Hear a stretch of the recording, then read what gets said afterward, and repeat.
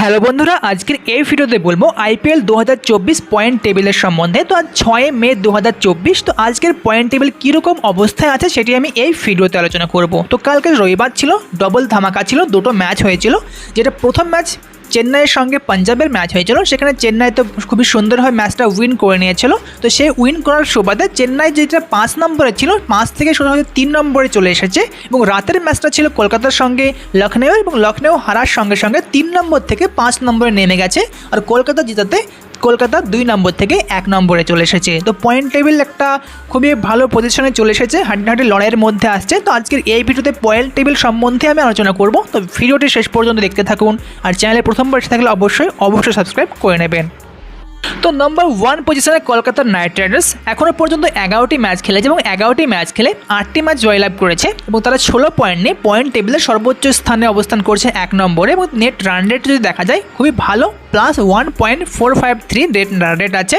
তো net run রেটও যথেষ্ট সুন্দর আছে এখানে কলকাতা নাইট রাইডার্সের। দ্বিতীয় স্থানে রাজস্থান রয়্যালস এখন পর্যন্ত 10টা ম্যাচ খেলেছে, এবং 10টি ম্যাচ খেলে 8টিতে জয়লাভ করেছে, এবং তারাও 16 পয়েন্ট নিয়ে পয়েন্ট টেবিলের দ্বিতীয় স্থানে আছে। এবং নেট রান রেট যদি দেখা যায় +0.622 নেট রান রেট আছে, এবং তারাও একটা ভালো পজিশনে আছে এখন পর্যন্ত। 3 নম্বর স্থানে চেন্নাই সুপার কিংস, এবং তারা 11টি ম্যাচ খেলেছে এবং 6টিতে জয়লাভ করেছে, এবং 12 পয়েন্ট নিয়ে তারা পয়েন্ট টেবিলের তৃতীয় স্থানে অবস্থান করছে। এবং তাদের নেট রান রেট যদি দেখা যায় +0.700। তো নেট রান রেট তাদেরও একটা ভালো আছে। 4 নম্বর স্থানে হায়দ্রাবাদ।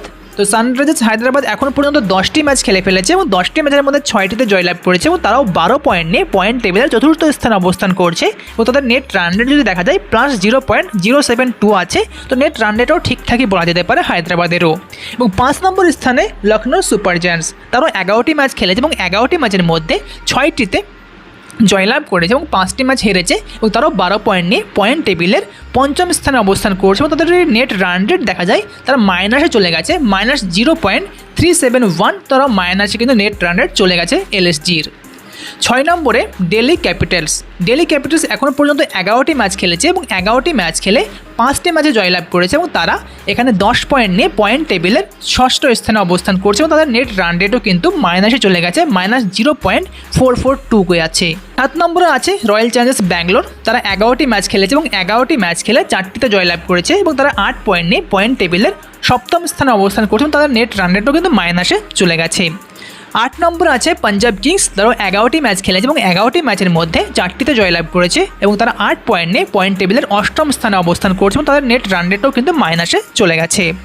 9ম স্থানে আছে গুজরাট টাইটান্স। তারাও 11টি ম্যাচ খেলে 4টিতে জয়লাভ করেছে, এবং তারা 8 পয়েন্ট নিয়ে পয়েন্ট টেবিলের 9ম স্থানে আছে। এবং গুজরাট টাইটান্সের নেট রান রেট কিন্তু সব চাইতে খারাপ, -1.320। নেট রান রেট কিন্তু অনেকটাই খারাপ আছে গুজরাট টাইটান্সের।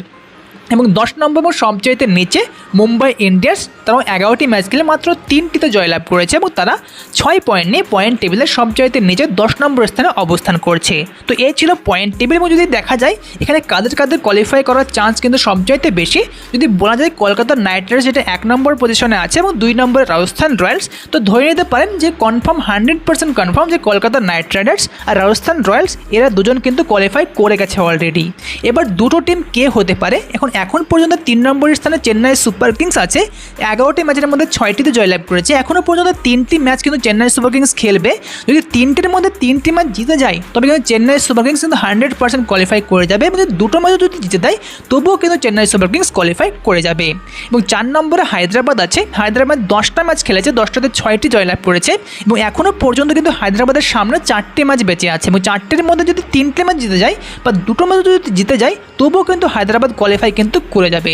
তো হায়দ্রাবাদ এখনও 4টি ম্যাচ খেলবে, তো এবং 4টিতে যদি 3টে বা 2টো জিতে যায়, তবে কিন্তু তারা কোয়ালিফাই করে যাবে এখন পর্যন্ত। 5 নম্বরে আছে এলএসজি। তারা 11টি ম্যাচ খেলেছে এবং 6টা ম্যাচ জিতেছে। তাদের সামনে এখন 3টে ম্যাচ বেঁচে আছে, এবং 3টের মধ্যে এলএসজিকে 3টে ম্যাচ জয়লাভ করতে হবে। এবং 3টে ম্যাচ যদি জয়লাভ করে তারা, তবে কিন্তু তাদের পয়েন্ট কিন্তু অনেকটাই বেড়ে যাবে। পয়েন্ট কিন্তু 18 হয়েছে, এবং 18 পয়েন্টে কিন্তু কোয়ালিফাই কিন্তু আরামসে করে যাবে। তো লখনৌর একটাই প্রসেস, তাদেরকে 3টে ম্যাচে জয়লাভ করতে হবে। যদি দুটো ম্যাচে জয়লাভ করতে পারে, তবুও কিন্তু কোয়ালিফাই করার চান্স কিন্তু অনেকটাই বেশি আছে। কিন্তু এখন পর্যন্ত যে 3টে ম্যাচ বেঁচে আছে, 3টে জয়লাভ করতে হবে লখনৌকে। আর দিল্লির কথা যদি বলা যায়, তারা 11টি ম্যাচ খেলেছে, এবং তাদের সামনেও এখনও 3টে ম্যাচ বেঁচে আছে এবং 3টে ম্যাচ যদি তারা খেলে এবং 3টিতে যদি জয়লাভ করে তাদের পয়েন্ট কিন্তু 16 পয়েন্ট হয়ে যাবে। সেক্ষেত্রে কিন্তু দিল্লি ক্যাপিটালসের কোয়ালিফাই করার চান্সেস কিন্তু অনেকটাই থাকছে। তো এখানে যে টপ 6-এ এখন পর্যন্ত টিম আছে, Delhi Capitals, Lucknow Super Giants, Sunrisers Hyderabad আর চেন্নাই সুপার কিংস, এই 4টে টিমের কিন্তু এখনও পর্যন্ত কোয়ালিফাই করার চান্সেস আছে, কিন্তু সবচাইতে বেশি চান্সেস আছে চেন্নাই সুপার কিংস আর সানরাইজার্স হায়দ্রাবাদ। আর আপনাদের যেমন প্রথমে বললাম, লখনৌ সুপার জায়ান্টস যদি এখন পর্যন্ত 3টে ম্যাচ যদি জিততে যায় তাদের বাকি 3টে ম্যাচ, তাহলে কিন্তু তারা কোয়ালিফাই করে যাবে। আর দিল্লির কথা যদি বলা যায়, দিল্লিকে যদি 3টে ম্যাচ জিততে হয়, 3টে ম্যাচ যদি জেতার পরেও কিন্তু কোয়ালিফাই করার সম্ভাবনা কিন্তু কিছুটা কম থাকছে। তো দিল্লির সম্ভাবনা অনেকটাই কম, কিন্তু লখনৌর সম্ভাবনা কিন্তু অনেকটাই বেশি আছে। এখন দেখা যাক কী হচ্ছে, আগামী 3-4টে ম্যাচই কিন্তু এর প্রমাণ পাওয়া যাবে। নিচের যে 4টে টিম ব্যাঙ্গালোর, পাঞ্জাব, গুজরাট আর মুম্বাই, এরা কিন্তু এখন পর্যন্ত আর কোনোভাবে কোয়ালিফাই করার সম্ভাবনা তাদের নেই। তারা কিন্তু কোয়ালিফাই করতে পারবে না, পরবর্তী সমস্ত ম্যাচগুলো জিতলেও কিন্তু তারা কোয়ালিফাই কোনোভাবেই করতে পারবে না। এক্ষেত্রে দিল্লি ক্যাপিটালসের সম্ভাবনা একটু বেশি আছে এবং লখনৌ সুপার জায়ান্টসের সম্ভাবনা সবচাইতে বেশি আছে। দেখা যাক কী হয় আগামী 4টে ম্যাচে। এবং এক্ষেত্রে সানরাইজার্স হায়দ্রাবাদে এখনও 4টে ম্যাচ বেঁচে আছে, 4টের মধ্যে যদি 2টো জিতে যায় তবুও তারা কিন্তু কোয়ালিফাই করে যাবে। আর চেন্নাই সুপার কিংসের এখনও 3টে ম্যাচ বেঁচে আছে, 3টের মধ্যে 2টো জিতলেও কিন্তু তারা কোয়ালিফাই করে যাবে। তো এখন দেখা যাক পজিশন কী আসছে।